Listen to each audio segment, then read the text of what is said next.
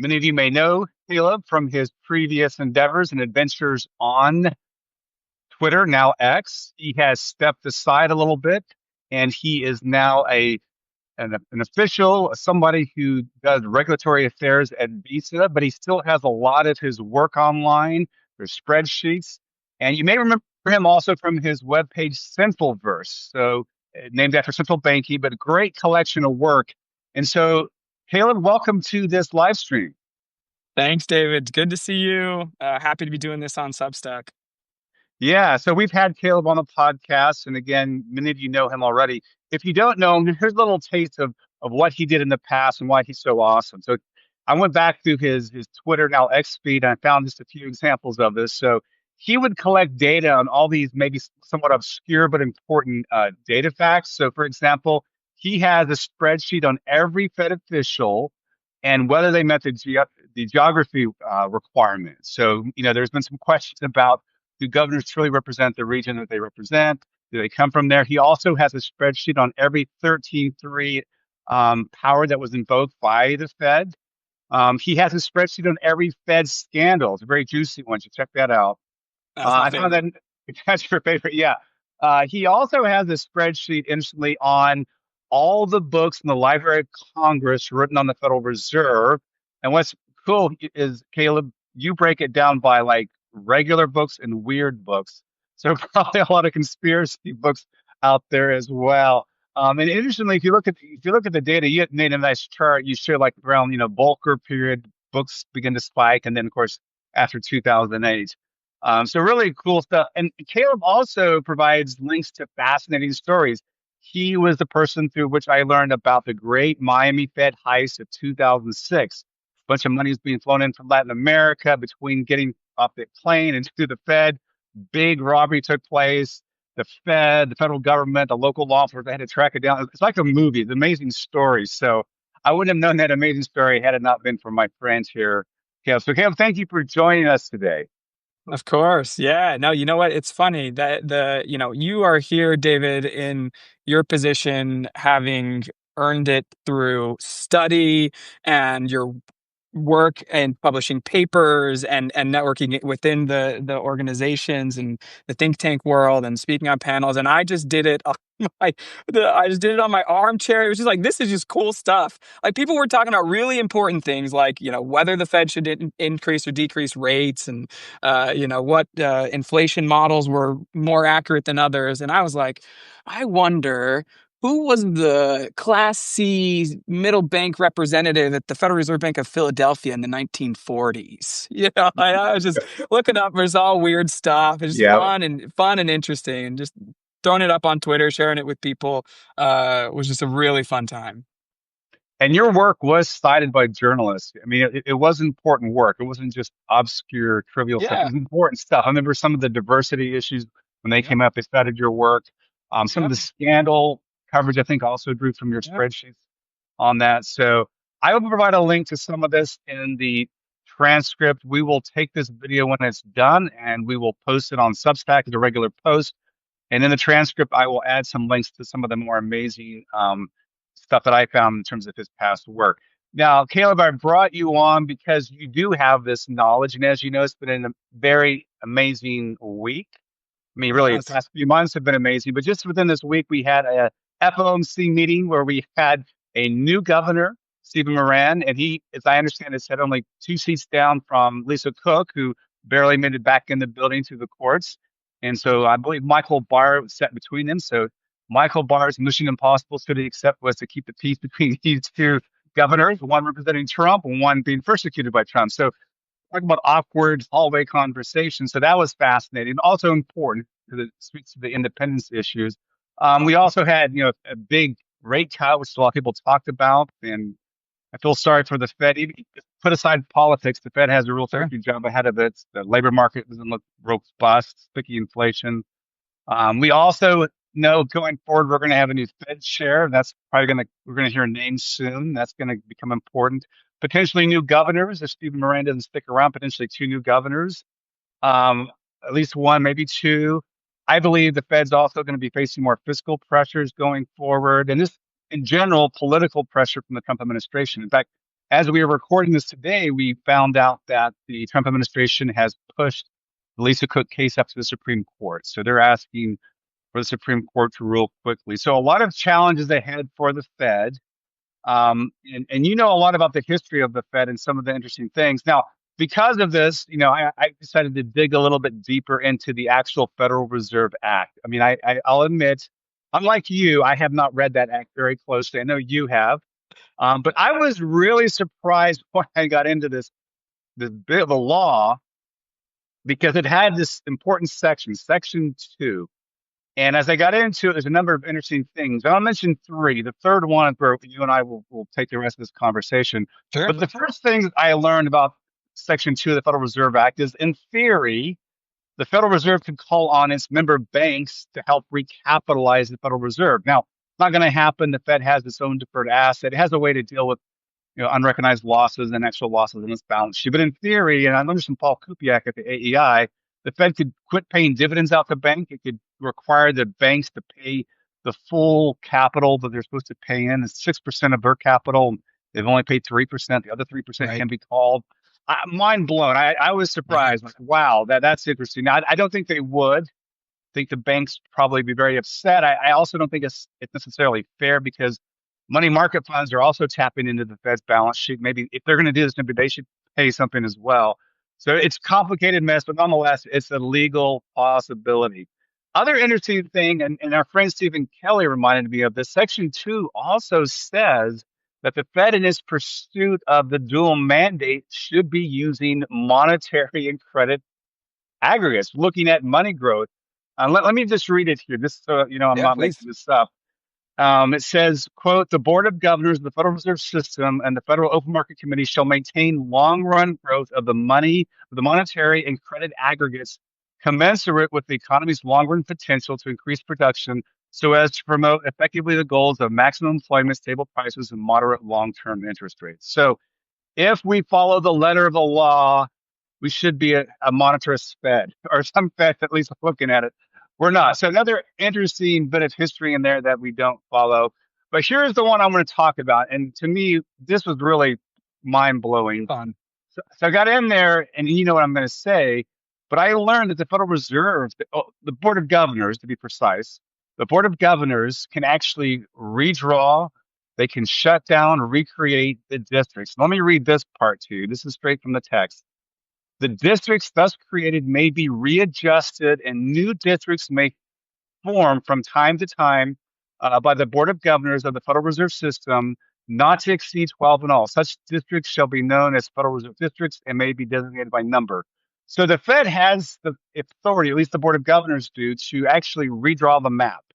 And I know a lot of us have commented before, hey, that San Francisco Fed district is really huge. It makes sense. Yep. But I bring this up because there's a Bloomberg article by Saleha Motion, and she talked about the Trump team is looking for ways to influence the regional Fed banks. And they're looking primarily at the 5-year reappointment process. But this could also be another one. Let's put a pin in that and come back to it. Sure. So I mentioned this, and you reached out to me with another mind blowing Penalty fact. thread. Yeah, you're like, yeah, David, no big deal. This has been done before. They've actually redrawn. Now they haven't like completely shut down a bank, but they have redrawn the boundaries. So I asked you to write this up, and I included it in my Substack. We'll also link to that. But walk us through this amazing history that the Fed districts have actually changed multiple times since its inception. Yeah, well, and honestly, a lot of my work starts with just finding that tiny little fact, and then it just gets buried in my head, and I can't let it go. And I'm a spreadsheets guy, I'm a lists guy, I'm a let's write out the whole story guy. And so I just, went back. I had been reading these old annual reports, and there were sections in the first couple of years of the Fed board's annual reports. This is 1914, 15, 16, where they had entire sections of the annual report, which in these days would run 400 or 500 pages long. But they'd have entire sections that were titled, redrawing or readdressing geographic boundaries of the reserve banks. And just one by one started poking through it at what they were. And in those first years, I mean, the changes were pretty dramatic. I mean, it's probably 5-6% of the district maps were shifted. Huge chunks of New York gets expanded by taking in that Greenwich area of Connecticut into its branch, which left Boston. And New York also kind of assumes all of that northern New Jersey part, and then you just all over the map just changes and it shifts. Dallas, which is a theme that goes throughout, just slowly shrinks. Which is interesting. San Francisco's the biggest, but it actually gets bigger. Although a couple of states, and we may talk about this later, a couple of states tried to leave San Francisco, but were denied.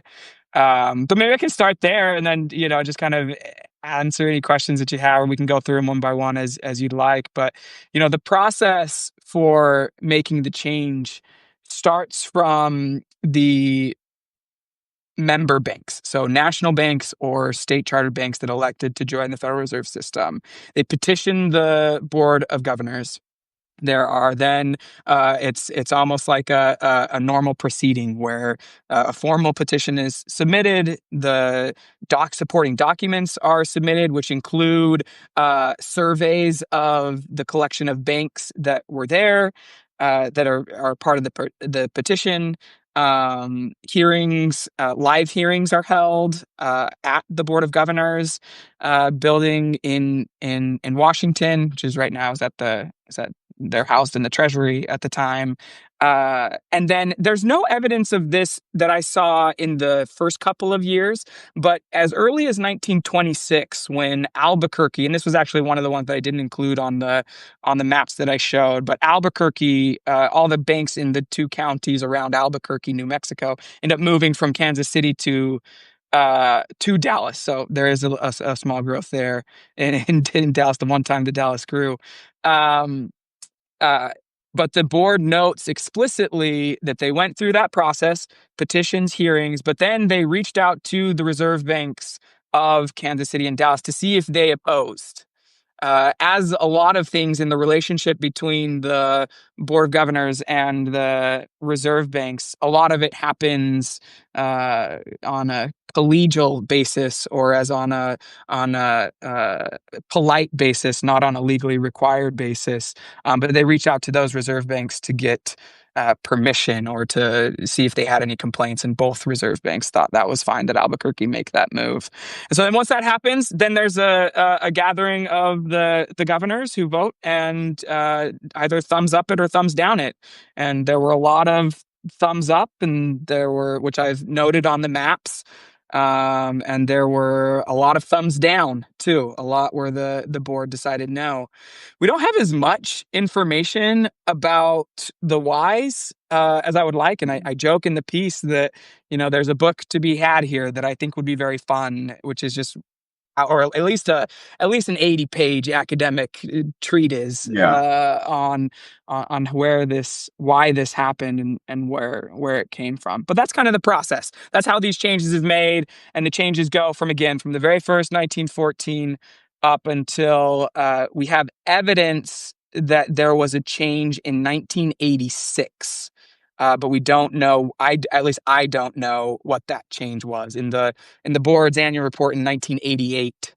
They're giving this. They randomly add in this little blurb next to the map that kind of outlines some of this that I've just mentioned, and they say, "quote: The Board of Governors revised the boundaries of the system most recently in August of 1986." As far as the annual reports are concerned, or these little pamphlets from the 60s through the 90s, the board published these pamphlets. What were the pamphlets called? I wrote it down. Yeah, it's called Description of Federal Reserve Districts. So these pamphlets published from the 60s through the 90s. But the last we hear about any change is the annual report in 1988 saying that a change had happened in 86. So that's kind of at least an intro to how the changes are made and kind of the timeline. Okay, so just to recap, the private banks and certain districts themselves would initiate the process. The board of governors would make the decisions, but they would give some, some they would reach out to the regional banks, Fed banks, say, "Hey, we're going to do this." Any opposition? So interesting. That's the story because, man, as you outline it in your essay, the Dallas Fed over this period slowly gets eaten up. I mean, it loses parts of Arizona, Louisiana, Oklahoma. It really it shrinks quite a bit. So, if I had to go back in time and tell the Dallas Fed one thing, I'd say grow a spine. Say no. Yes, yeah, Because yeah, and and the thing that's also wild, and we can go through these, but the San Francisco Fed. I mean, I understand when it was created, population wasn't as dense out there, sure. but man, it's acquiring property, a property area Yeah, from the Dallas Fed. I believe as late as 1970, yeah, 1977, about a fourth of Arizona goes from yeah, Dallas to the San Francisco Fed. I mean, and they had just in the late 50s, they just acquired Hawaii and Alaska. I mean, that's a huge district. In fact, Mary Daly did a podcast with me last year, and I was like, man, you got a lot of ground to cover when you visit your district. And she said, yeah, it's demanding. yeah. No, it's demanding even if you take out Alaska and Hawaii, much less add them in. And Yep. in fact, somebody we should have the fact on hand for how many other districts would fit within the San Francisco district. It's got to be most of them. And not only were they kind of adding on to, or as we might phrase it appropriately, banks wanting to join the San Francisco Bank, but they actually, to your point about Dallas, they did have spine. Again, we don't know that much about the story of the behind the scenes Yeah. on how this happened, but the entire state of Nebraska and Wyoming, which if you're looking at the map, I mean, Wyoming is pretty far, but they tried to join the Chicago Fed, which, yeah, excuse me, and this is from Kansas City, excuse me, this is from Kansas City to Chicago, so not San Francisco, but that's a far, Wyoming all the way to Chicago would have been a weird gerrymandered, little spot in the country. So not all petitions were granted. Yeah. Now you do mention, since we're speaking about San Francisco, you do mention in 1914 they were looking at the Pacific Northwest as a potential separate district. So maybe tell us about that story. Yeah, I love this one. I love this one so much. So this is explicitly written out in the committee's the Reserve Bank Organization Committee, the RBOC, in their report about what they've done and how they've selected. And by the way, there's a great quote from on the Fed History's website from the Secretary of Agriculture, who said this afterwards when reflecting on what they had said, on what they had done. He said, this is the Secretary of Agriculture of Houston. He says, we were in for a great deal of roasting no matter what we decided. And so that was his line. But they draw these maps and they pick these cities. And those are two separate jobs. And actually, regarding the law, we can talk about that next if you'd like, or in the future.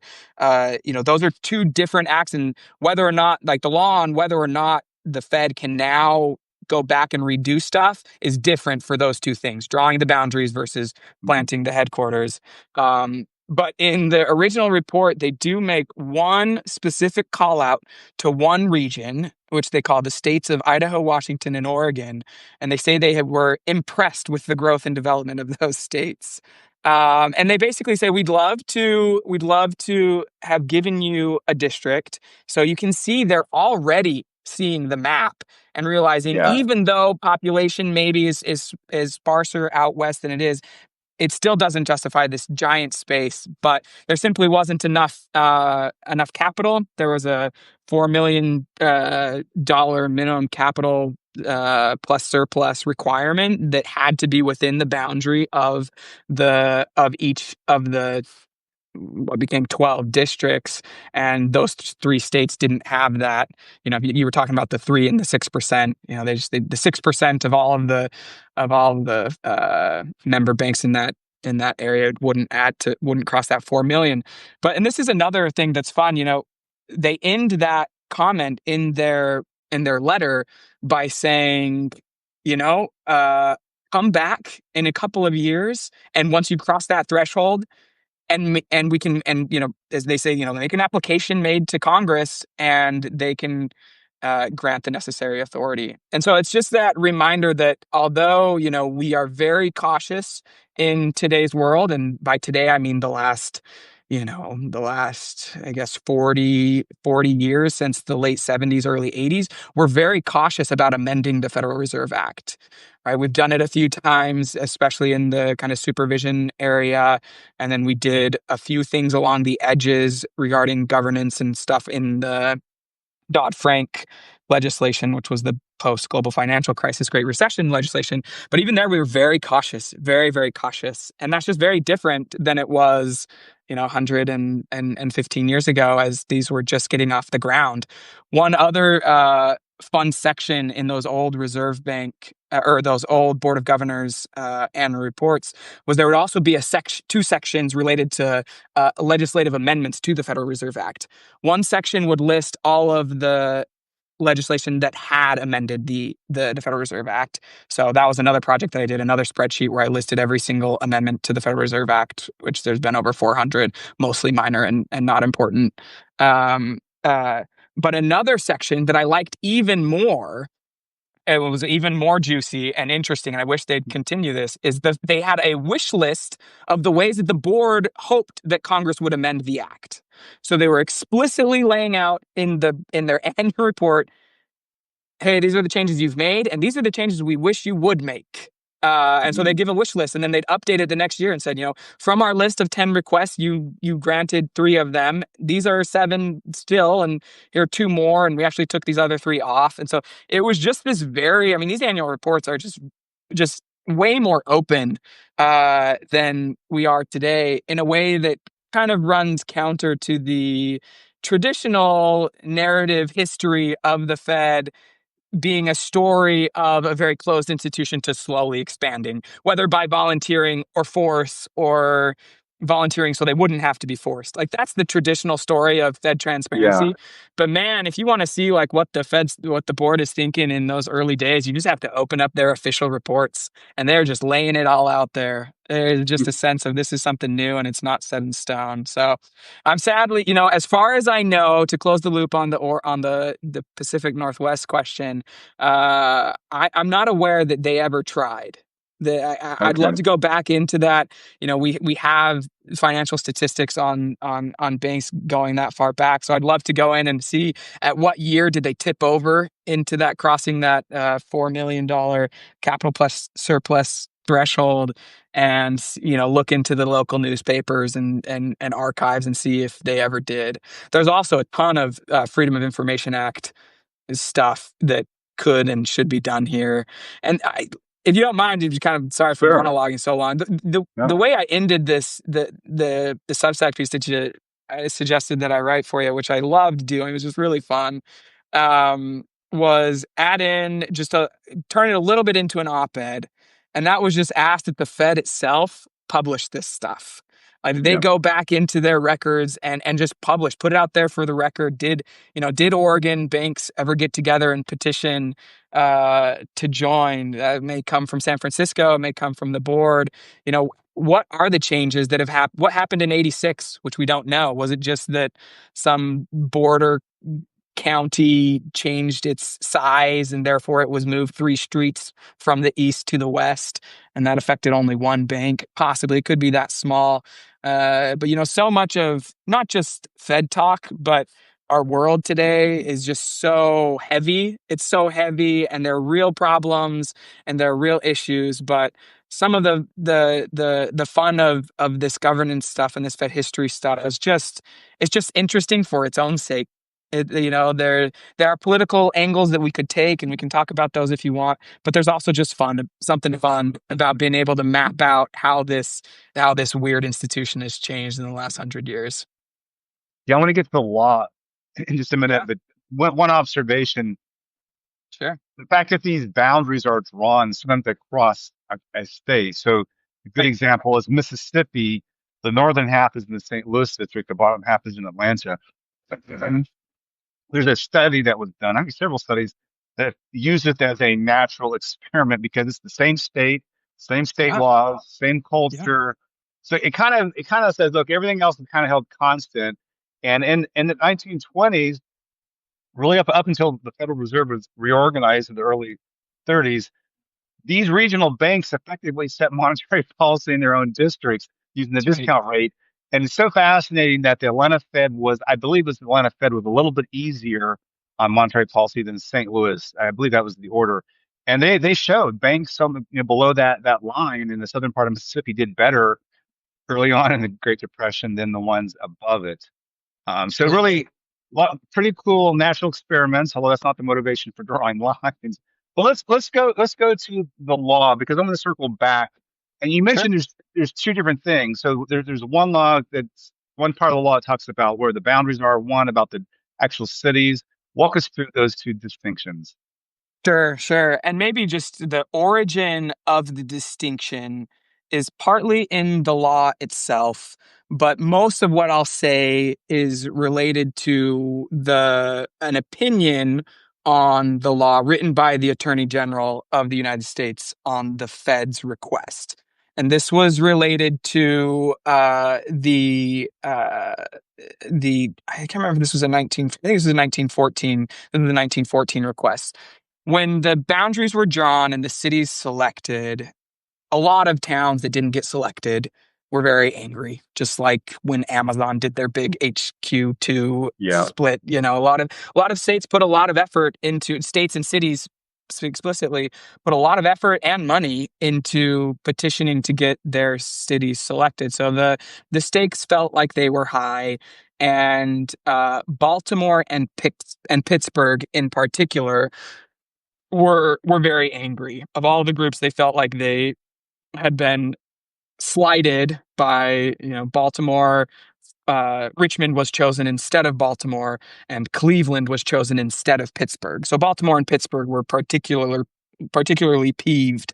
Um, the Fed hears the petitions, and for most of it, if all of the banks had decided and it was voted on it, then they just let it go. They let it go through, and if there was any kind of debate, they'd often not push it through. Um, that's as much as as I've been able to tell from reading the annual reports about those kinds of decisions. These two, moving to cities was challenging, and so the Fed explicitly asked the Attorney General to opine. They say, well, what does the law say about moving Reserve Bank cities? We've been making some changes on the borders, but what does it say about the cities?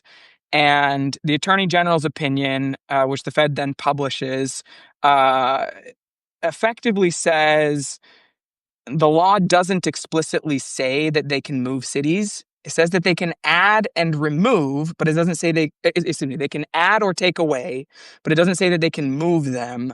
Um, and it does say that they can readjust the boundaries. So it says the law explicitly says you can readjust the boundaries. It explicitly says you can add or remove districts, but it does not explicitly say that the Reserve Bank cities themselves could be moved. The next argument is that is effectively that is related. Is that the Congress was very clear in writing out. So it's a very kind of a what's the legal doctrine about whatever the text says, textualism or something. Yeah. It's kind of that interpretation as the Attorney General's. And as far as I know, and this is the only evidence we have of this, I don't know of other evidence after these ones of cities petitioning for the Reserve Bank city to be moved. Um, but from everything I have been able to tell, the Fed has stuck with that Attorney General's opinion. So the board has the authority to change the boundaries, and they could completely take one away or completely add a new one, although they couldn't unless they took some others away because they can't go over 12. But they can't move the city. And it was national news. In fact, I say that it was published in the annual report, but it was actually made public by the Fed as soon as they got it. And the New York Times headline, this is another bit I don't think I included in the Substack piece, was the front page headline was "City Reserve City cannot be abandoned," and that was the headline. So if they did completely abolish the district, so they're going to redo it, right? Yeah. In that case, then could they then shut down the city? So it sounds like it, right? Like ask your friendly neighborhood lawyer, not me. But Okay, okay, that's my interpretation as well. That, if okay. within the bounds of 8 and 12, the law says that we're Yeah, within the bounds of 8 and 12. But could you imagine somebody that really wanted to do some effort making the legal case that, hey, you know what? I'm getting rid of. They're all new.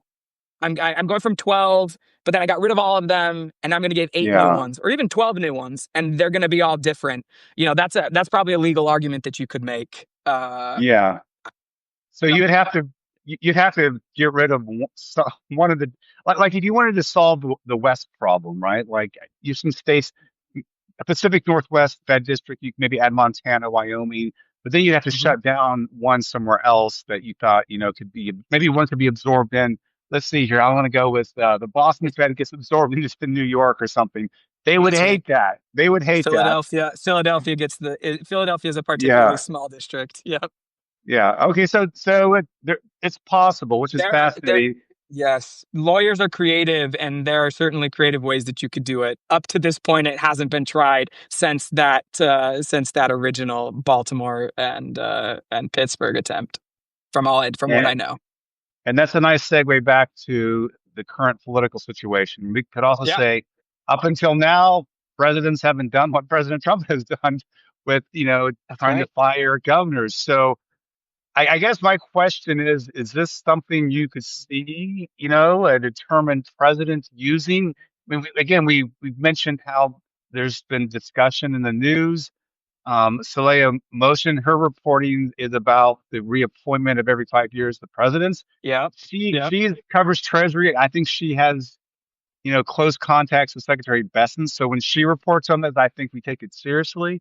yeah. Um, and so, maybe right now they're just thinking, okay, we can, put pressure on them when we appoint them. But who knows? Why not take it to this level too? Any thoughts on that? Yeah. Look, there is no question that this is an avenue that could be taken. Like I said, I mean, even just us, two non-lawyers chatting about the Yeah. law, we can even see that there's an argument you could make, right? Like there is like a 5-step process that you could write down on paper and on one page that explains how you could redraw the map and still fit into that, 1914 Attorney General's report, as it had to been in 1915. But you could make that happen. So I mean, it's a matter of not. Uh, it's not zero. The odds of that happening are not zero, and there's certainly a possibility. It just depends how far they want to break the system. I'll just bring up, we were talking a little bit before we came on, but my friend and mentor and your friend Peter Conti Brown often talks about the distinction between. Sometimes we like to talk about the Fed in and break it up into its different pieces as if they're not really connected. We were talking about this in implementation of monetary policy, and then you've got the Board of Governors, but then you've also got the FOMC, and which they're two committees that each take a different part of the implementation of monetary policy, and but they're not completely separate; they're overlapping. The difference between the Board of Governor between supervision and regulation and monetary policy is not cleanly divided as you might hope that it or that would make it easy to talk about these laws. I'll also say it about just the governance of the Board of Governors and the reserve banks. When I was at the Chicago Fed, we always used to joke, that, or not joke, we meant it quite seriously, that that we were not government employees, that our email addresses ended in .org, not .gov, because we were Yeah. not government employees. But it's not that simple. It's just not that simple. It's much more complicated, and the overlap is just much bigger than it appears to be. So, simple answer, yes. I could absolutely imagine this Yeah. being one of the tools that they do if they really want to, you know, Yeah. stir up the honeypot. I guess the only thing I'll say is picking fights with reserve banks historically has not ended particularly well. They're incredibly embedded into the communities where they're at. We're in a new political climate. if the man at the top Sure. points, you never know. But if it's something they decide to fight, they can wield quite an army. They can build quite an influence army. Yeah, I went back and was looking at some of the history when your article came out. In the 1970s, I believe, maybe the 80s, check clearing was becoming less of a need. A lot of these banks were used for check clearing, and there was talk about, in fact, there was a GAO report, I believe, that like, hey, we could shut down some of the banks. We don't need all this check clearing. And man, the local Congress people, Republicans, Democrats, they went to bat for their local Federal Reserve. Yep. Yep, that's exactly right. That's a Yeah. perfect example. And there are others of the of the Reserve Bank districts doing exactly that thing. Yeah, and I will just mention something else, another little avenue, that hypothetically could be used. But Hmm. again, you have these overlaps, so it's more complicated than this. But I was just reminded of this yesterday or this week when we had the FOMC meeting that they provide an implementation note along with the statement. In the implementation note, they say the Board of Governors adjusted income reserves. The Board of Governors adjusted the discount window rate. The Board of Governors control what I'd call the corridor, the top, the ceiling, and the floor. And the actual like if this thing moves, the thing in the middle moves, and so again, I'm painting the worst case scenario here, but that's another way. If you had a majority of the board of governors and they were under your thumb, your control, you could like say, well, the FMC wants one direction for rates, we'll move it in a different direction. So there are, unfortunately, I mean, there are ways for mischievous behavior to Yeah, take place. there are, and you mentioned this already, but the next year or so will matter a lot. And as the race for Fed chair kicks off, a favorite moment of armchair Fed watchers, you know, it will be important. It's super important to look at what the nominees have and those that are in the running have said before. And our other mutual friend Sam Bell, used to this was like his full-time job, was just going through Yeah, past things of rumored people, and he made and broke nominees. I believe that. I believe he did that just by looking back at what they said. But history also teaches us that that there's also no predicting exactly what kind of chair someone will be based on what they've said on the past or what they promise that they'll do there. I mean, the Eccles to McCabe to McChesney Martin Jr. in the 40s to 50s was, I think, a series of presidents making appointments that turned out to do something quite different than they anticipated. And so you just don't know. You don't know where it's going to yeah, go. And so, we will watch and we will go back and listen to old podcasts that these nominees have been on. But ultimately, the rubber really doesn't hit the pavement until they've started. yeah. Speaking of that, Stephen Moran came on my podcast twice. So Yes, yes, I had that's him right. on. That's right. It's a But good one to listen to. yeah, but I mean this whole contingent nature here point. I mean Jerome Powell, he was a governor and he was only appointed governor as had one Republican to offset the Democrat, I think under Obama. And I mean That's right in time. history is Yeah. so contingent on these Yeah. what ifs, could have been very different. And I think he is someone who probably played and navigated the difficult political waters of Washington D.C. During the first Trump, during Biden, during the pandemic, to the present. Here's one concrete example. This last FOMC meeting, I mentioned at the beginning, I Sure. have to imagine had some awkward moments in it. Maybe everyone was quiet and just didn't say anything, but I'm glad it was Chair Powell leading the meeting because I think it's a way to You and me disarm both. people. Kind of aw shucks, kind of nice guy. So sometimes you get the right person just by chance, and it's not clear you Yeah. always will get the right person by chance. So That's a lot right. of things, That's a lot right. of things could go sideways. Yep. No, this is true. This is an important moment, and David, I know your reach is immense and deep, and so if you let me put a plug in here Sure. to Mr. Chairman, because I know he's tapped into this. I hope that he writes a real memoir. I hope that he follows in the footsteps of some of his predecessors, someone like a Bernanke or an Eccles, that, or Volker did it, but his first one wasn't that in. It was what came later, Yeah. and not what Yellen has done or some others have done. Greenspan wrote some books, some random books.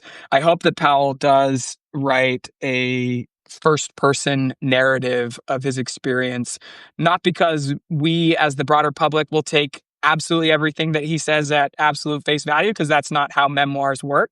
They will be his perspective, which we love to hear.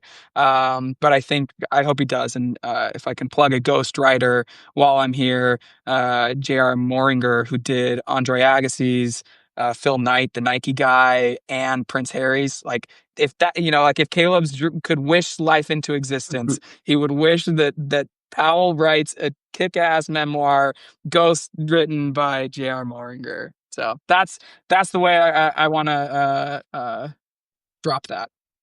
All right. Well, on that high note for the memoir of Jay Powell, we'll wrap it up there. Caleb Nygaard, thank you so much for coming on. Everyone who's listening and watching, thank you as well. Thank you so much, David. It's been a pleasure. All right.